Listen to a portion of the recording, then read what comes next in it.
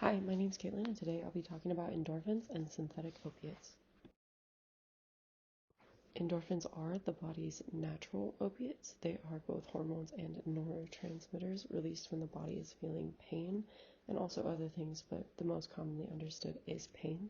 There are three types, alpha, beta, and gamma, and the word endorphins comes from the word endogenous, meaning from the body, and morphine, meaning pain reliever.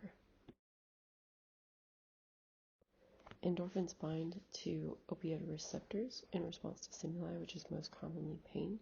These receptors are located in both the central nervous system and the peripheral nervous system.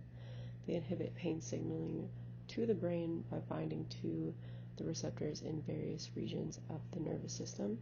They can also inhibit descending pathways from the brain.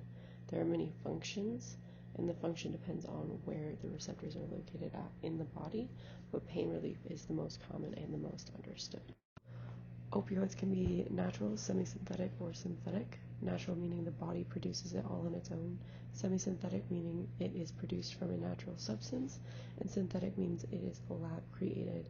Semi-synthetic opioids include opium, codeine, morphine, and heroin. These are also called opiates. Synthetic opioids include fentanyl, methadone, hydrocodone, and oxycodone. This is not an extensive list. There are many kinds of opioids. These are just some common and most recognized ones. How the receptors respond depends on where the receptors are found in the body. This is whether they block signals, inhibit signals, going down the brain, going to the brain, and they could be located in the spinal cord, brain, and other places like that. Neurotransmitters are kept from using the opioid receptors to send the signals. This process can also be linked to dopamine production and the reward pathway, which explains the feeling of euphoria people get when they take opioids.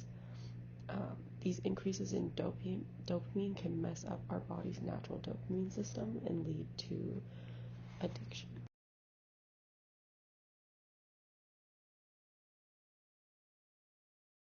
When an opiate binds to an opiate receptor, it prevents an action potential. The action potential makes the neuron less likely to release a neurotransmitter. This neurotransmitter prevents the pain information from being sent to the brain.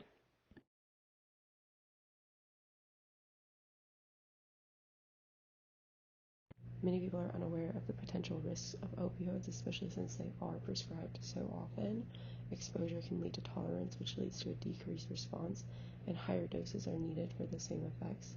These effects can also impact the dopamine system and the reward system, and it gets harder and harder to produce the dopamine, which leads people to want more and more. There's a big difference between dependence, which is a tolerance buildup over time, and addiction, which is a behavioral disorder, usually seeking a desired feeling from the opioids. Opioid withdrawal is highly unpleasant due to the fact that the pain receptors are so used to being blocked. When they are no longer blocked and begin to function again, everything becomes extremely painful. Some other options, rather than being prescribed an opiate, include NSAIDs, exercise, physical therapy, physical activity, TENS, which is nerve stimulation, corticosteroids, topical medications, and injections. If already addicted to opioids, some options include antidepressants, anticonvulsants, and behavioral therapy.